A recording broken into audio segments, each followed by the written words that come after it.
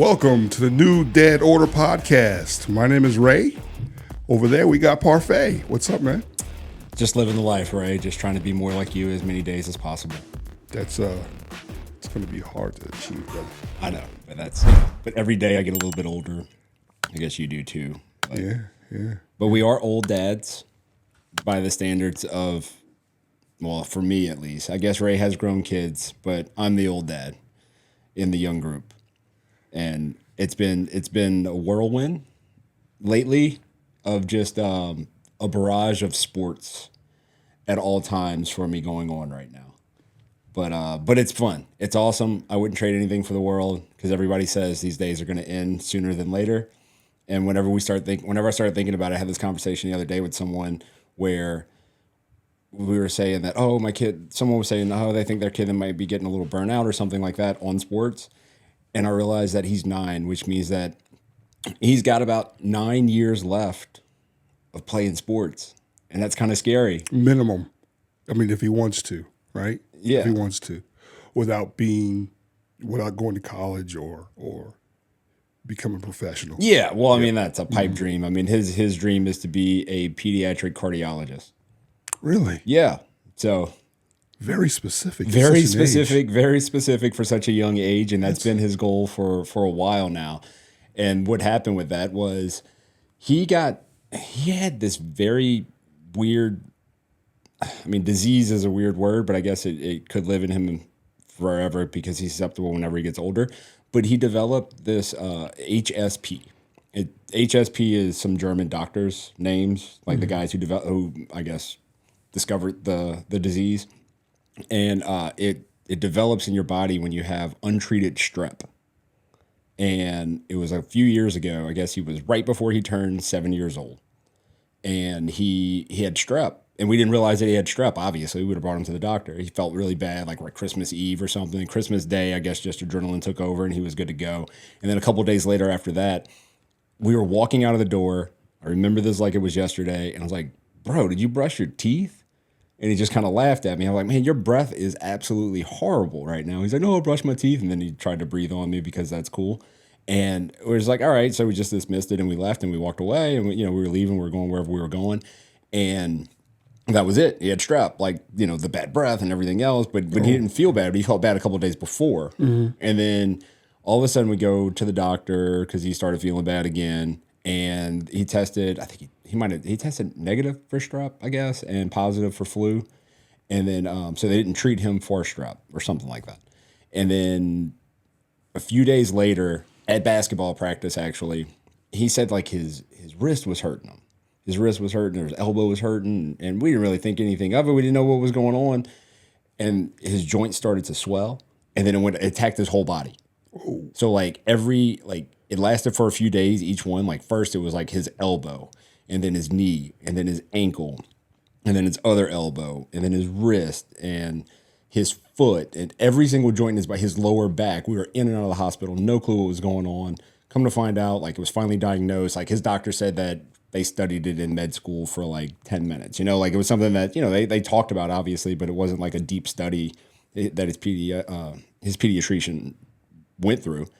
And finally, they were able to diagnose from different blood work at one hospital compared to the other hospital and everything else. And we went through it. Well, untreated strep can lead to enlarged heart valves, and you could die basically of a heart attack. And so we went to Ochsner's Children, and they were like, "Hey, New Orleans, yeah, New Orleans, yep." And they're like, "No strenuous activity." They're good down there. Yeah, no strenuous activity before, and we had the appointment set up with a pediatric cardiologist, and we went into the children's clinic, and whenever we're at the children's clinic, we're in there, and he's asking a bunch of questions because they have all these kids that are really sick, and he doesn't really seem sick, but he was feeling it. Obviously he couldn't really walk. He spent every night in an Epsom salt bath because his joints were so swollen, and then the doctor she was unbelievable, and she went through and she talked to him everything they were doing. They had the computer screen set up, and we're checking every single valve and explaining everything in absolute detail, and he was locked in like no other while this was all going on. Luckily, no enlarged heart valve, so he was cleared as far as that goes, and it was just treat the symptoms as far as pain tolerance and things like that. And that was a brutal. I'll show you pictures of that one day. of just the trauma that he went through. How old was he? He had just turned 7. Like he was 6, and his birthday was a few days after Christmas. And then so he went through, and we battled that for 3 months. Really? Yeah. Wow. And so and in that meantime, he was still playing sports. If he was good enough to play, he played. Wow. And so and he'd go to school, and some days his feet were swollen, and then and then once it would go away, it would last for like 24, 48 hours or something, and then he was good to go. Like it didn't hurt him anymore after that. And then it would just attack another part and another part, and it just went through on and on and on and on. And then finally, like by the summertime, so like 6 months in, he was finally cleared and he had no more symptoms. But yeah, sometimes it'll just attack, like when you have untreated strep or the HSP thing, it'll like just attack like your stomach, or it'll just one thing. But of course, like he got it all, the whole thing. That's pretty amazing. And the fact that he didn't like live in it, like I'm sick and I'm just going to be sick and I'm just going to sit here and just sit in the sickness. Yeah. When he wasn't sick, it sounded like he wanted to get out there and do something. Yeah, he did. And I think that's part of that thing where I think it's a learned trait to feel sorry for yourself, so to speak, where once you pick up on the sympathy. I think with some people, but I think there's something in the genetics as well. I think there's some genetics involved with that too. Well, yeah, genetics, but possibly just the way when people baby somebody or something, it doesn't necessarily mean baby as in baby a child. It could be an adult, like Munchausen syndrome, right? Where they make up something for their kid that they have an illness and they live through this illness or something like that. And they continue to believe it and carry it on and go over and over and over with it. And I think it happens on a different scale with some people where they get the sympathy, people feel sorry for them, and they feed into it. And I think as a kid, I don't think you have that ingrained into you unless your parents are like more than helicopter parents, like they're over the top with it. Your kids ever have anything crazy illness or in time in the hospital or anything like that? Yeah, but it was more just tubes. Really tubes. Nothing that significant. Nothing as significant as that. It was just tubes. I think all of them. And I think I experienced at least. I know the girls for sure. The girls for sure with the tubes, but that was the most significant thing. So, yeah, participation trophies. 1922 was the first time it was ever mentioned in Mentor, Ohio. What was it given out for? Participating in a sport. Yeah. Just any sport? Yeah. It didn't exactly say what sport it was, but I just found it fantastic. But that was the origin of the participation The first trophy. time it was ever mentioned. And it became more prevalent in the 1960s. But in my humble opinion, I think there was a kid back in the 80s or 90s who was just getting beat up, who's just I'm out here for the sport and I'm not winning anything. And he became a big shot, went out to some super mega recreation league in California, the woke culture. So this is a Ray theory, right?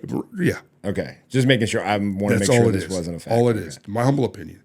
And they decided to give everyone who participated in whatever it may be, soccer, basketball, football, you get an award. And everybody got the same award. And it almost got to a point where they didn't play with a ball. They just ran around the field. I'm just joking. So, well, that seems okay. That's your theory that some kid got picked on, moved to California, decided to give everybody a trophy.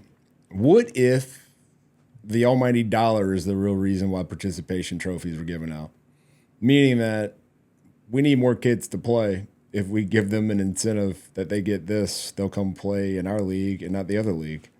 Could that be one of the reasons? I mean, we're going with theories here with no facts whatsoever. None at all. None. Not at all. So, I think there's a lot of levels that could have brought about a participation trophy. A kid getting bullied, or, not necessarily bullied, but a kid feeling down on himself and said, you know what, I'm going to give these kids the opportunity to recognize it. Possibly it. Could have been one of those things, too, where college football was filled with a lot of participation trophies when teams declared their own national championships and things like that, right? So those are the days. Huh? Yeah, where you're just like, oh no, we're claiming it. Whatever school, doesn't Alabama have 8,000 of them, and A&M's got quite a few that no one knows about as well. There's a few schools out there that claim some national championships. Someone shared, what was it? USC and Tech. No, they actually played in that game. So there was No, we're the Associated Press national champion, and you're the, I don't know. That might have been one of the first ones that LSU won when the BCS and USC claimed like an AP or something like that. I don't know. Yeah, it was. There was one of them. Back yeah. then. And I want to say it wasn't that long ago, but yeah, it's like 20 plus years ago whenever that happened. I just wonder if our participation trophy makes a kid soft.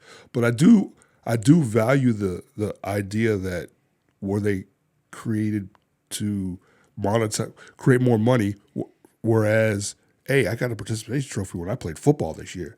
Really? I'm going to come play next year. Yeah. Right? Tommy talking to Bobby. I guess. I don't think it makes a kid soft. I think it starts to define their character at an early on. If that's what their goal was to walk away with something like that and call it a successful season. Mm-hmm. And that's perfectly fine. There's nothing wrong with that. And then there's certain kids that are wired in a different way. There's still a piece of paper that's on the field at Chapopila that was from a flag football season for a 5-6-year-old that my son left and said, I don't want that. We didn't win. That's the way it should go. I mean, but what did it say? Just thanks for participating? It just had recognition of their season, and it was a certificate, and Chapopila. For playing at Chapopila, or did it have the team name on it? It had the team name, it had the kid's name. It was, that it was recognizing like, hey, you did this, you completed something. As you stated, you don't start something that you're not going to finish, and that's a principle that you teach your kids to live by. That's right. And I think participation from that standpoint of these kids that showed up, they grinded, they played. Hey, man, we're recognizing that you didn't give in. You showed up from the beginning of the season, and you finished it out. Congratulations. This is something to take away from that. Wow. Some kids might see it as that. I mean, some people could just see it as they just give everybody a trophy, and then they move to California. Yeah. So, I mean, why did he think to do that, though? Because they lost the game. Did you teach him that? I didn't teach him that. That's what I'm saying. He's overly competitive. I say overly competitive. To the point of where he's like, this ain't the real thing. He doesn't like. I mean, no one likes to lose, and so I think that becomes like one of those dumb cliches where people, I hate to lose. I hate to lose. Well, of course you hate to lose, but do you enjoy winning more than you hate losing? And I think if you hate losing more than you enjoy winning, then that's the different wired one. And I can say as a kid, I probably enjoyed winning. Losing didn't affect me as much. No. He's different. Mm-hmm. He's different. The loss sticks with him a lot longer than the win does. It was fun to win the game and everything else, but he's going to remember the loss. He still remembers the one time his conduct color got moved in pre-K or kindergarten, whatever it was. He remembers. I can get him out here and he can recall the day because he had broke his arm and he was going to get his cast off, and he was just so excited that day he couldn't keep still, and his conduct color got moved that day. That's the only day. He remembers that to this day. Wow. And that was 4 years ago. Yeah. That's different level. Yeah, I think he is wired a little bit. I think he is wired different. Mm-hmm. I'm competitive. I'm competitive with myself. I enjoy winning. I hate losing, all that stuff too. I think that people have ingrained it in themselves to use those words because it's what people want to hear. Like they think that's what a competitor is supposed to say. I hate losing more, the Kobe, the Mamba mentality and all that stuff. Mm-hmm. I think there's very, very few people that actually live that. And those very few people that live that become the Tom Brady's of the world and things, and or any professional athlete for that matter, where those losses hurt a lot more to create the harder work ethic. Yeah, that's one of the things. More football than basketball. Basketball's tougher because the whole rec park basketball, where I used to coach a little bit. 1 hour, 1 day of practice. It's really tough to teach a kid how to lose. Like we lost. Understand this feeling of loss. Now when we come back on whatever day it is we're going to practice, we'll talk about why we lost. We'll talk about why we lost and how we can get better. And that's how you try to teach a kid how to lose. You know what I mean? How to embrace the loss and try to get better from it. Yeah, and I think that that's a tough thing to do on a recreation level. Yeah. which is, I mean, I say tough, it's almost an impossibility. That's part of, I think, the draw to a travel sport. Yes. And it's not the travel sport of, people see it as, oh, money grab and everything else. But it also is a lot to do with the fact that those kids become brothers.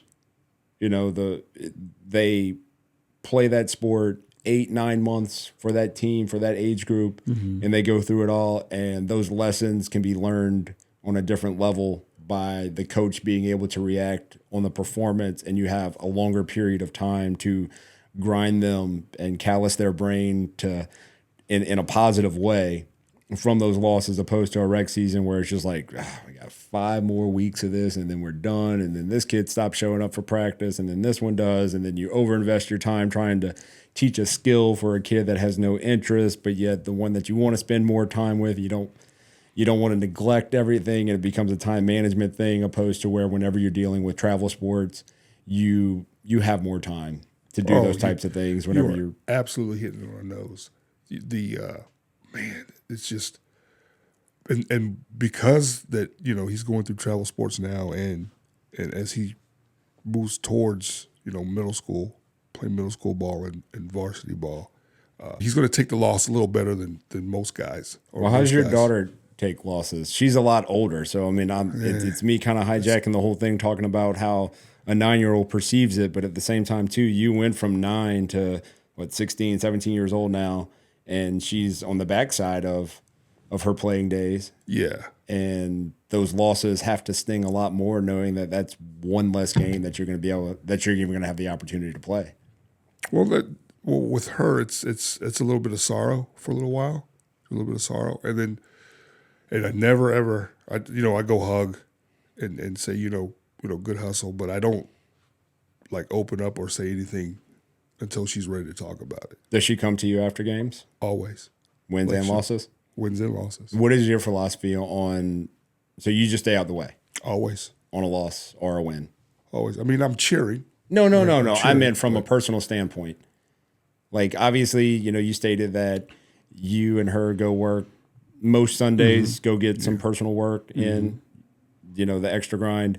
And then when does the hat come off as far as the coach and the dad and everything else whenever you're doing that with her? Like, basically, like, after that game is over, you did your work, that you put in the work, that some of the things that you guys worked on did not pan out in that particular game. Do you wait to talk to her about it, or I don't wait. I let her come and talk to me about it. She'll come and she'll go, so Dad, what do you think? What do you think happened? Or what are your thoughts, Dad? Was it always like that, or is it something that you had to back yourself off of doing because you were information dumping and you would get on her, or it was just always set in stone? Well, see, and this is the tough part, and I think you're doing it with your boy now. Every other sport, you're coaching them. So I've been coaching her at Pard since she was 6-7 years old. She wanted to get into basketball like her bigger brother. Mm-hmm. So she wanted to play basketball. So I've been coaching her since that time. So, after the game, I would break down, why we lost, and it wouldn't be, you got to do this better. It wasn't that. It was just we got to rebound better. We got to shoot, but just 3 basic little things, right? And then we would go home, and she would go, "What do you think I need to do, Dad? What do you think I need to do better? You just offensively, we're not there yet, but defensively, you're a beast. You're a beast. Keep that up." So after every game, it just worked that way. I wouldn't instantly go, "Well, if you start doing this," I didn't drop information on her right away. It was more, when I talked to the team, we would get into the car, we would start driving home, and she would ask me, even at that young of age. So I have a question for you, because this is the way I do things, and I'm curious to see how you do. After a loss, she's mad, she's sulking, she's angry, she doesn't want anybody to talk to her or anything like that. Do you tell her anything at all whenever she's in that mode? I love you. That's it? I love you. Yeah. I hug her. And what does she say? But she's like the car ride home. Like, that's what I mean. Like the car ride home, just had a tough loss. Is there any conversation that goes on? No. None? Just quiet. Okay. until she's ready to talk. Yeah. Well, so what I always tell, I'm like, man, that's your loss. However long it takes you to get over it is on you. Mm-hmm. If you're over it 10 seconds after, that's fine. If it takes a day, that's fine. I let him live in his own loss. Like, that's yours. I didn't lose the game. No. Y'all lost the game. Your team lost the game. You were part of that losing team. And so I try to let him live in that loss as long as he needs to. Sometimes, like I said, sometimes it's a quiet ride home.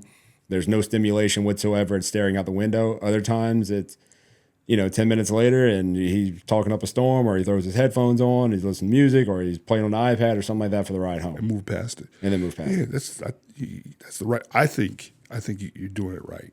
I think that's. I think it's the right way to go about it. So, all right, another question too, only because I've seen, before you ask me that question, because I've seen the opposite way. Like, come here.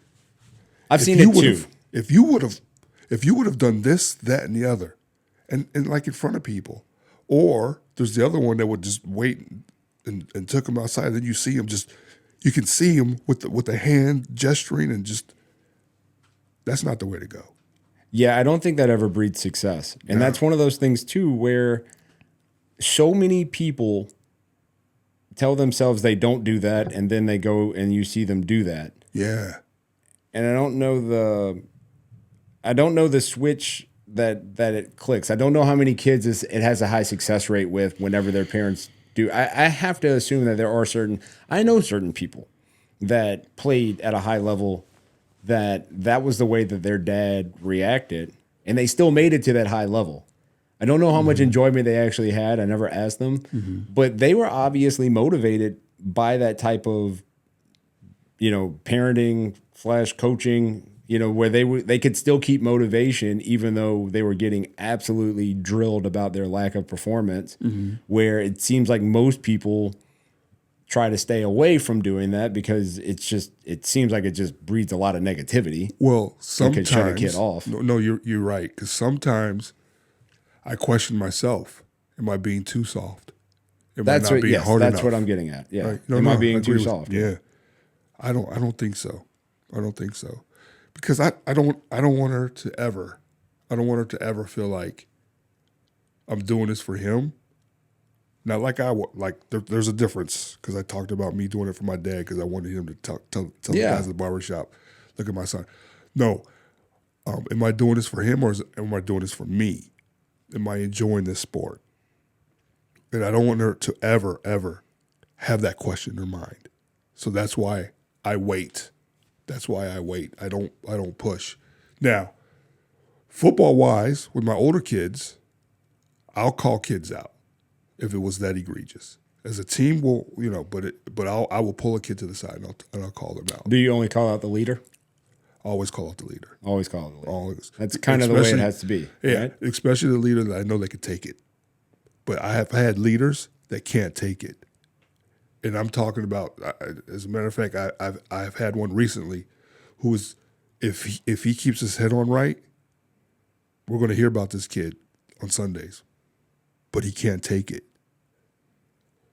But the coaching philosophy of that has definitely changed over time, where the football mentality of riding a kid and calling them and making them run so much more than everybody else and just being on them constantly, that mentality has definitely shifted to where it doesn't, I think coaches nowadays, and it could go back to the participation trophy era, because now those coaches are the ones, those guys that are coaching grew up in the participation era now. Yeah.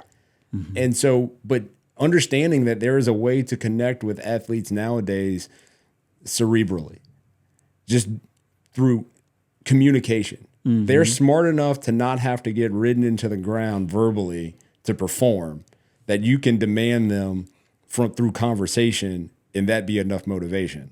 I think there are a lot of athletes out there now professionally that are capable of performing just based off of getting the right feedback from the coach and not having to be yelled at and their manhood questioned every 5 seconds. Yeah, there's I think the best example that I know of is the guy out of Clemson, the head coach, the head football coach. That guy's a clown. I know, but he's gotten more out of that team, those players, with his communication skills. Okay. He's goofy as hell, man. He looks it, but he's gotten a lot. I mean, I'm not. Obviously, he's a good coach. He won a national championship, but Dabo Sweeney, his name is Dabo. Yeah, I can't take him serious. If Dabo was going to Pitt, would you be happy? Yeah, I would. You would? Oh yeah, I would. Yeah. I definitely would. I don't have a college football team that I cheer for die hard, but I don't think I can get behind a guy named Dabo. Well, the guy, the last one, maybe the coach from Georgia may be the last one, but the last one, the coach in the trenches is the one that left Alabama this past year. That's the one who's the one that would call out the leaders. Mm-hmm. It'd be harder on them because he knew. I mean, he's been talking about this now. He should write books. My God, how come I can't remember his name right now? I don't know who you're talking about. He just retired.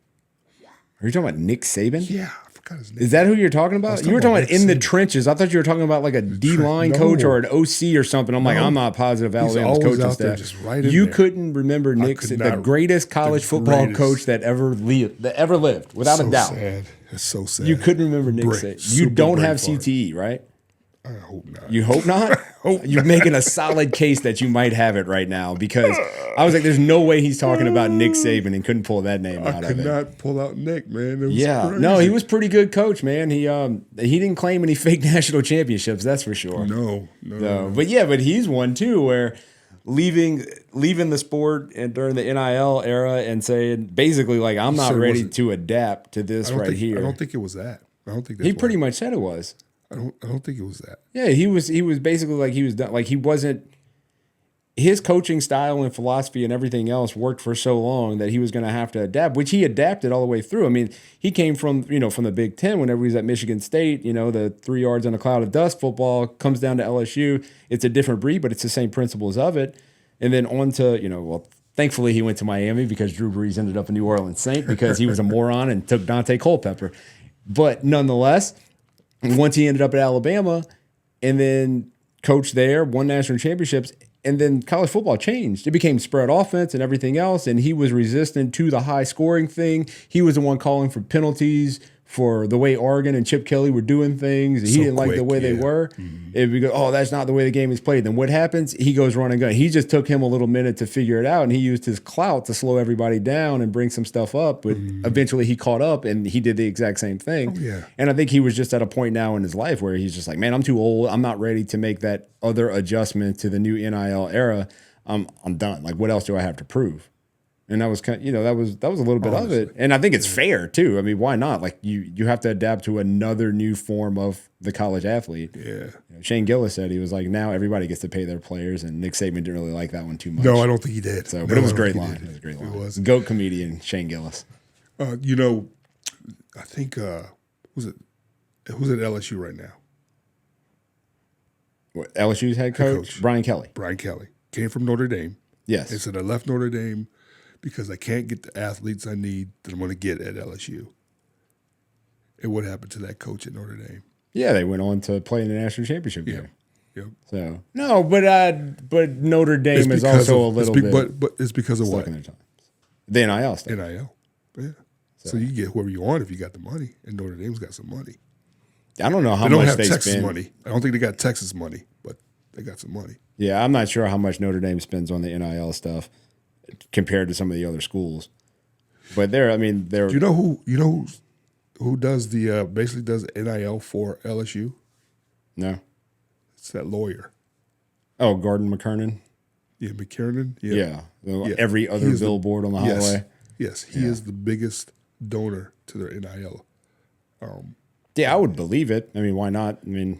So you have to have somebody with deep pockets to make yourself feel good whenever you're walking around and you're the guy that's paying everybody.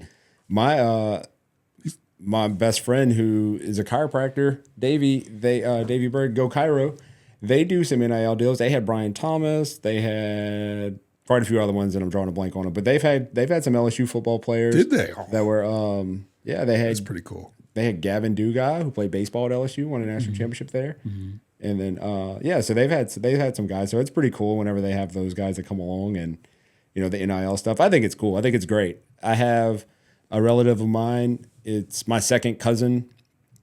his mom and I first cousins, and he just finished his last basketball game the other week where Vanderbilt Catholic lost to Archbishop Hannon, and I think they scored 52 points in the game. Yeah, I think it was like a 4 or 5 point game. Yeah, I think it was a 6-7 point victory. He had 30 of the points.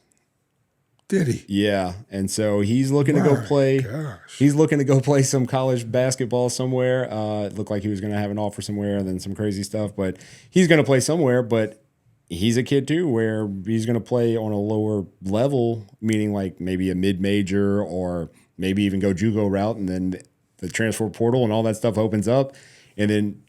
But a kid like that can have a chance to get some NIL money from local guys, and people like Gordon McKernan on a smaller level can throw money at kids like that to allow them to make a couple extra bucks. So I think the NIL stuff is pretty cool. Do you have an issue with it? It didn't happen for me. That's about it. That's all. Yeah. That's it. I am super happy for them. I'm super happy for all those kids. Yeah, I think it's great. I think it's great because these multi-millionaires that want to spend all their money to influence a 17-year-old kid to go play a sport at their alma mater, so be it. Why not? Let them make their decision with their own money that they made. And if people are jealous of that, oh well. So, what was a great example of that? Dave Portnoy. Portnoy. Yeah. With Michigan. Yeah. Flipped the kid from LSU. Yeah. And now he's going to Michigan. Yeah. I don't know if he was, but yeah, I mean, he's going to take credit for it because. It wasn't him. It was the CEO of some major company up there in Michigan. But that was the guy that made the ultimate flip. Well, no, it was his wife that goes to Michigan. He's like, why do you want to talk to me? What school did you go to? And I think he said some Georgia Tech or something like that. He's like, it's my wife. She went to Michigan.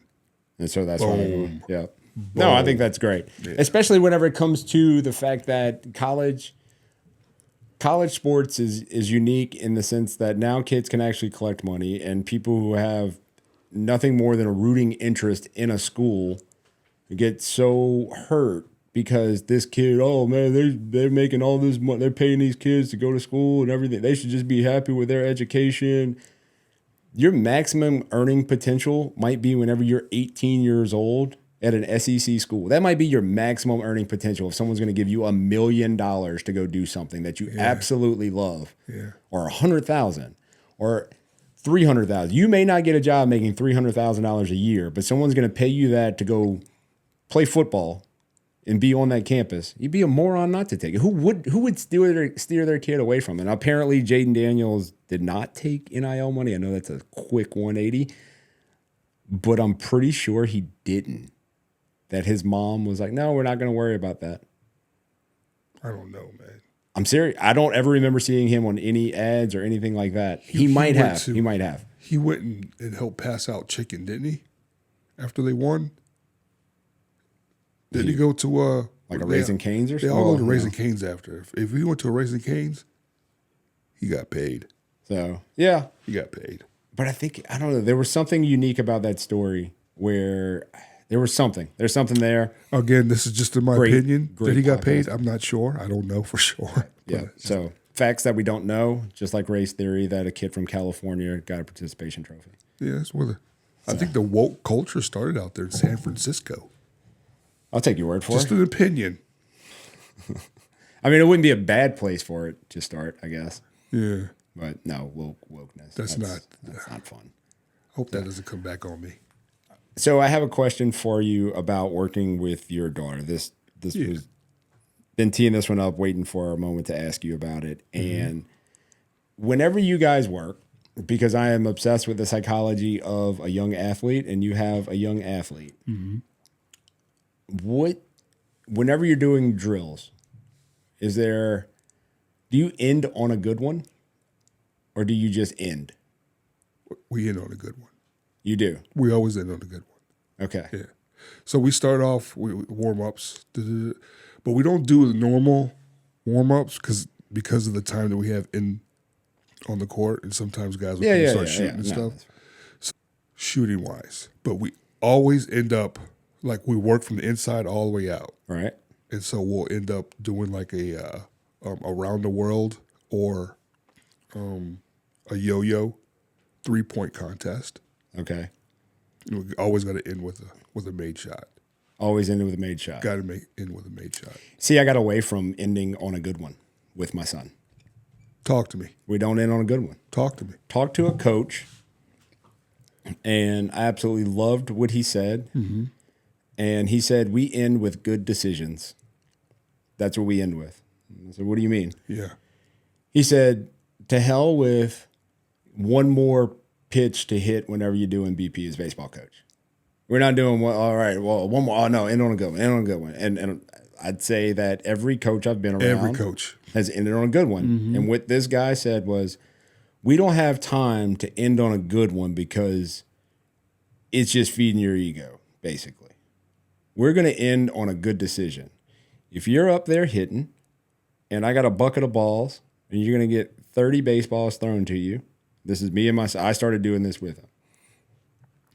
Hey, last ball, make a good decision. If I spike it into the ground, you take. Guess what? Good decision. If you hit a line drive, good. If you chase a bad pitch and swing, bad decision, that's on you. Learn to make a better one the next time we work. That's good. And let it stick there. He told me that, and I have incorporated that into every single thing that we do. So whenever, if we're shooting, hey, last shot, we're going inside if we're shooting in the driveway. Yeah. Pressure's on you. It's very hard to create pressure moments was his point. I do that sometimes though. And so whenever if we're doing a pitching drill, he and I, we'll go through our whole stuff, and then the last one, I'm like, hey, you have a batter up here. You walk them, we lose. You strike them out, we win. You got 7 pitches. Or 6 pitches, I guess. Well, 7 or whatever. Mm-hmm. And then, yeah. And that's it. That's all you get. You throw ball 4, session over. Do better next time. You know what's good about what you just said, what you just explained to me?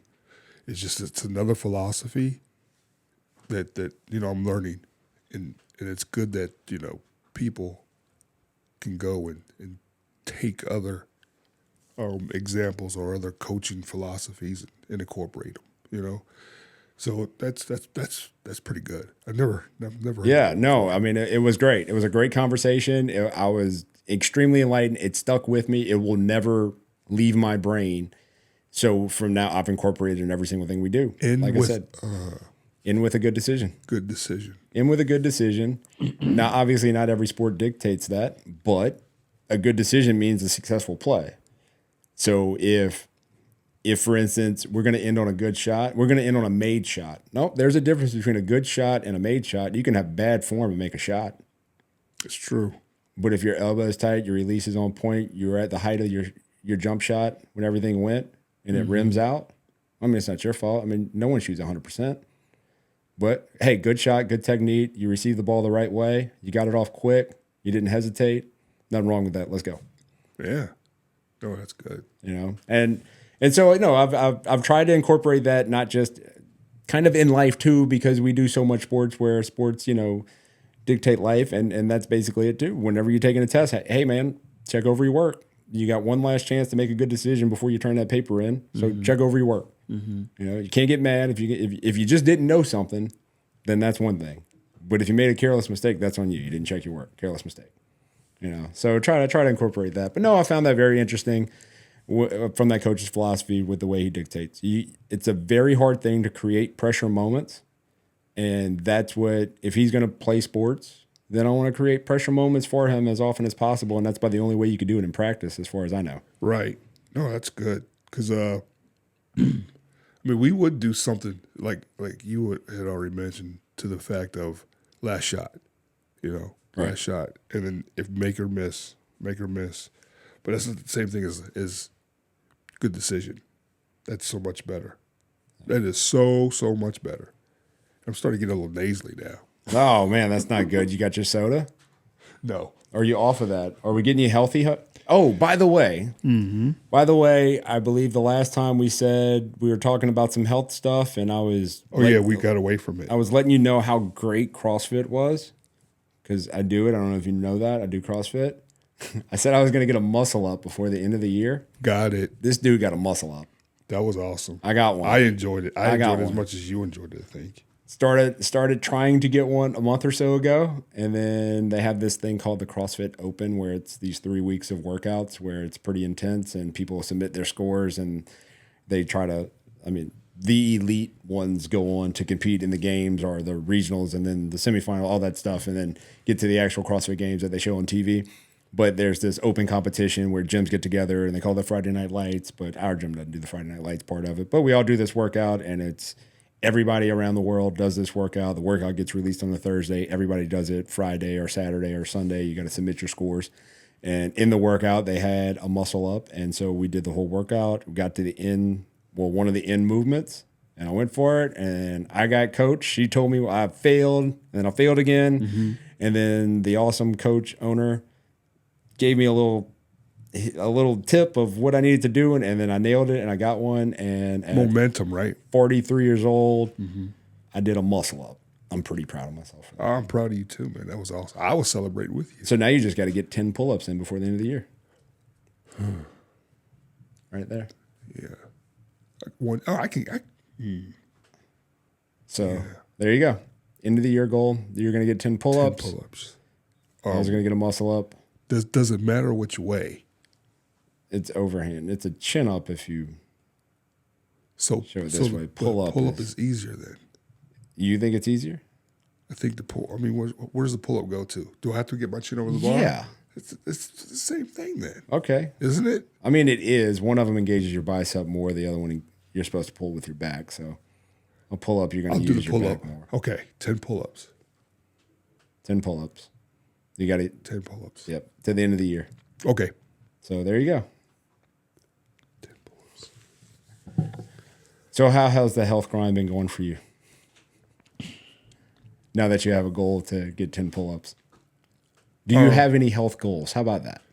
Yeah, I'm going to, before the end of the year, I'm going to be 40 pounds lighter.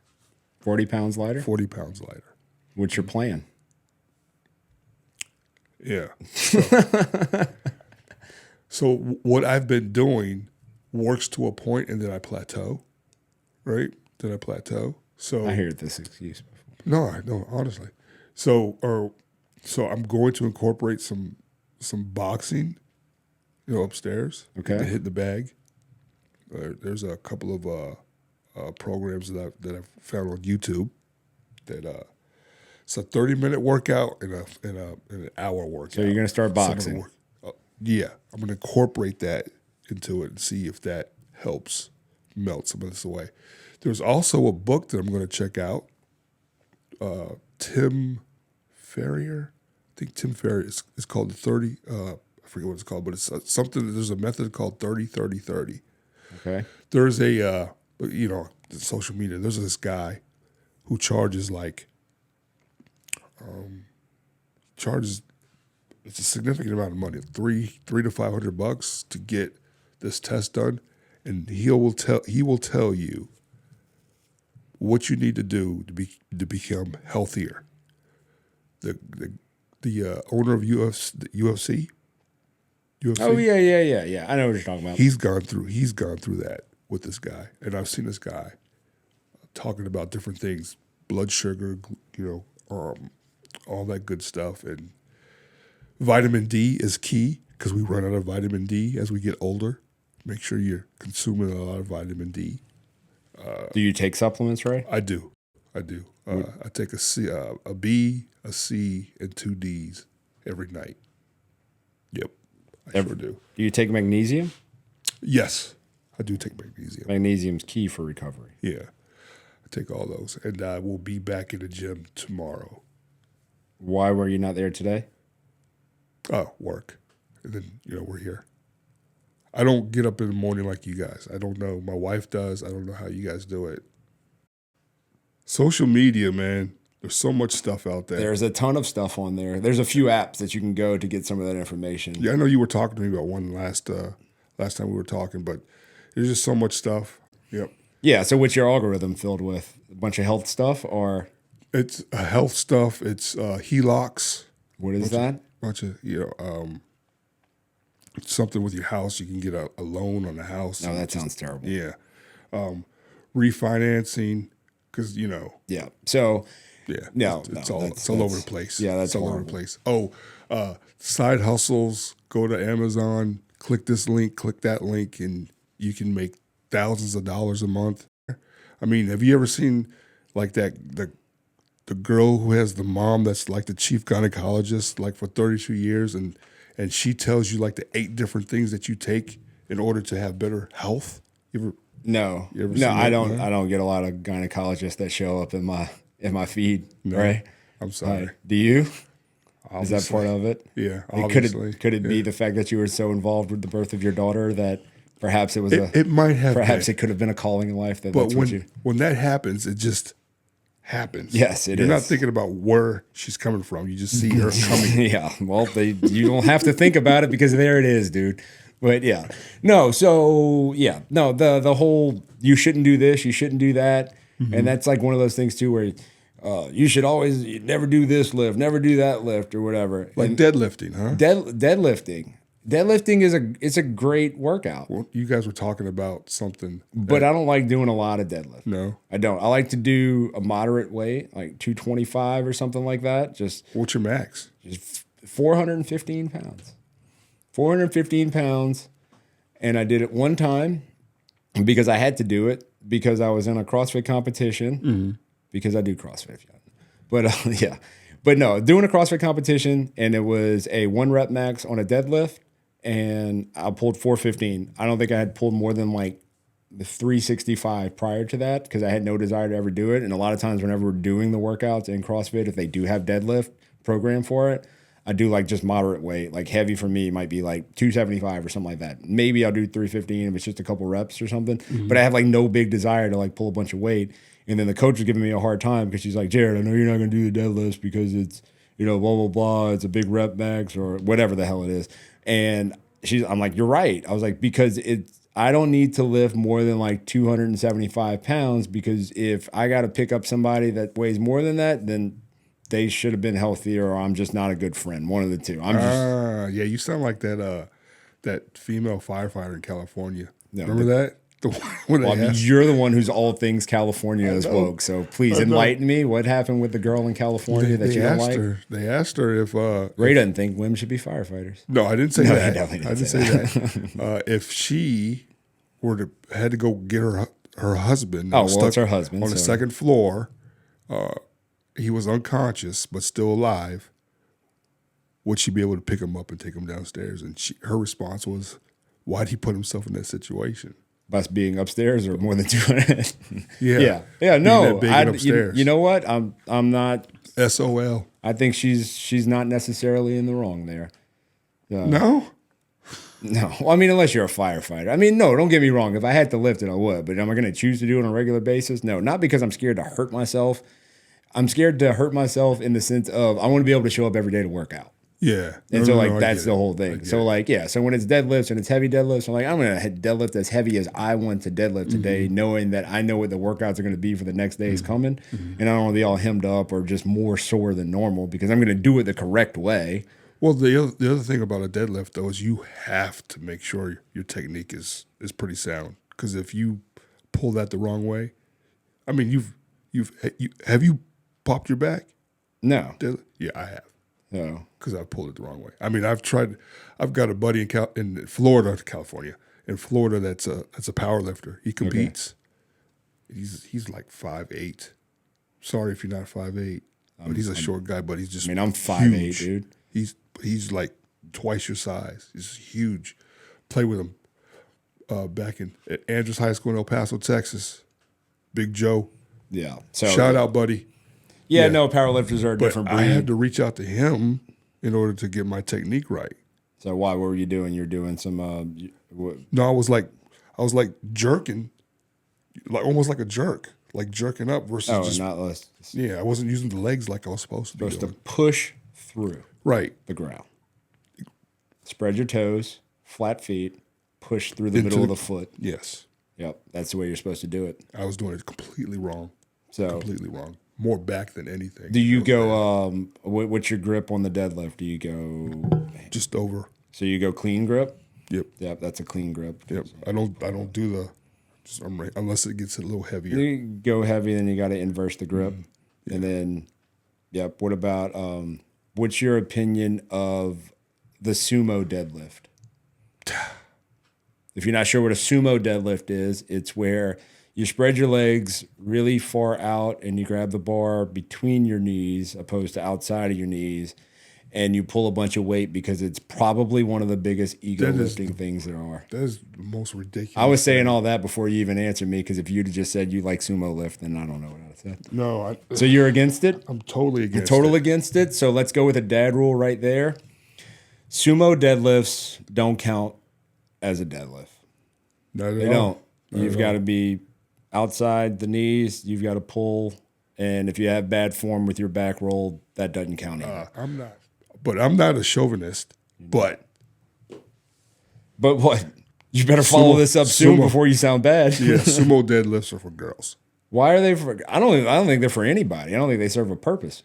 Well, that's the ego you talked about. Is ego. Yeah. And so when a girl is able to pull 225 with that bar right here, and they're holding the bar like this, and they got their legs spread out, and they're like, "Ew." Yeah, I don't think it does anything for you. It's not It's not a good movement. It's not a good movement. I don't understand it. If someone could explain to me why it's in the comments, let us know why the sumo deadlift is good. I don't know what benefit it serves. I know that a deadlift will, if you drop and go, it builds hamstring muscles. I know that. Mm-hmm. If you cycle it, it builds lower back muscles. So sprinters will do drop and go deadlifts at a lighter weight where they just pick, drop, and just go with that because it builds up hamstrings. Almost like good mornings. Almost like good mornings. Similar to a good morning, like setting the bar up on like in one of those, like here, dropping that down a little bit, putting the bar there, and just instead of coming from the floor, coming from almost like shin level. Yeah, coming up a little bit higher. Yep. And then just doing a little drop and go right there, like that builds up hamstrings. But yep, that's weightlifting tips with Jared and Ray. Yep. Just don't sumo deadlift. It's so bad. Please just don't. Looks terrible. And if you do, then just, I don't know, find a corner, let me video you so I can laugh.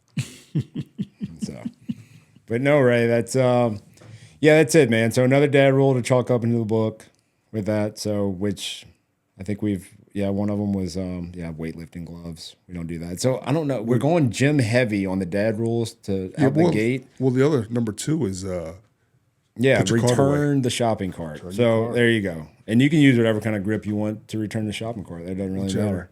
But yeah, Ray, I think we did it. We got us another dad rule in here. Yeah. So we got 3, and we'll keep those going. I think we appreciate everybody for tuning in. There's one thing. What's that? Enjoyed it, man. Thanks for the time, brother. Appreciate it. Appreciate it. Good times as always. Yep. So, positive vibes only out there. Like, subscribe, all that good stuff. Hit us in the comments. Let us know what a sumo deadlift serves as far as being done in the gym. Please. All right. That's it for New Dad Order.